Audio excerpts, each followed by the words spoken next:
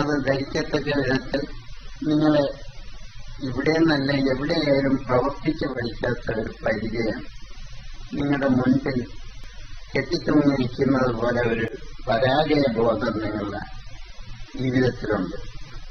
അതെന്താന്ന് വെച്ചാൽ ആശ്രമം എന്ന് പറഞ്ഞാൽ ചത്തുകുത്തിയിരിക്കുന്ന ഒരു സമയത്ത് പോകേണ്ടതാണ്. അതാണ് ആശ്രമം.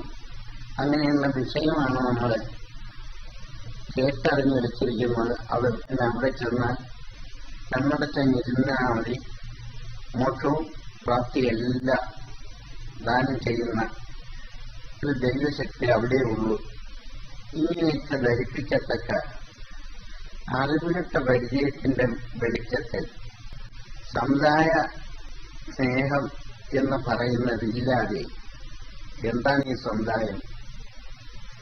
മനുഷ്യ സമുദായം എന്നുള്ള ഒരു നില നീക്ക് ഒന്ന് കുറിയിടാൻ പോലും കിട്ടാത്ത നിലയിൽ ജീവിക്കുന്ന ഒരു പരിസ്ഥിതിയാണ് ഇന്ന് നിങ്ങളുടെ എന്റെയും മറ്റാരുടെയും മുൻപിൽ കാണുന്നതെന്ന് നിങ്ങൾക്ക് മനസ്സിലാകണം. അതെന്താന്ന് വെച്ചാല് മുൻപ് വന്നുപോയ തെറ്റിന്റെ ഒരു ഏറിയ കൂറും നിങ്ങൾ സിദ്ധി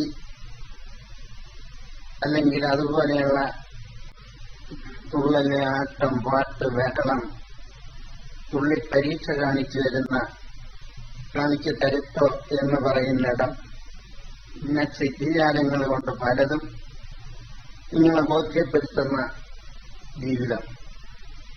ഇത് അറിവില്ലാത്ത നിങ്ങളുടെ മുൻപിൽ ഇതൊക്കെ കാണിച്ചാൽ നിങ്ങൾ അതിന്റെ അപ്പുറത്ത് സത്യം ഉണ്ടെന്നൊരിക്കലും വിശ്വസിക്കാത്ത നിലയിൽ വളർന്ന് ചീത്തയിരിക്കുന്ന ഒരു പാരമ്പര്യമാണ് നിങ്ങളുടെ. എന്താണെന്ന് വെച്ചാൽ ദൈവം സിദ്ധനായിട്ടും അല്ലെങ്കിൽ മന്ത്രവാദിയായിട്ടും അല്ലാത്ത പക്ഷം വീട്ടിൽ കൊള്ളാതെയാകുമ്പോൾ ഇറങ്ങിപ്പോകുന്ന അറിവിലിട്ട മനുഷ്യരുടെ സ്ഥിതിയെപ്പറ്റിയേ നിങ്ങൾ ചിന്തിച്ചിട്ടുള്ളൂ. ഈ സന്യസിക്കാനുള്ള പരിചയമോ അല്ലെങ്കിൽ സന്യാസി എന്ന് പറഞ്ഞാൽ ആ ത്യാഗത്തിന്റെ മഹിമ എന്തായിരിക്കുമോ എന്നോ അറിയില്ല.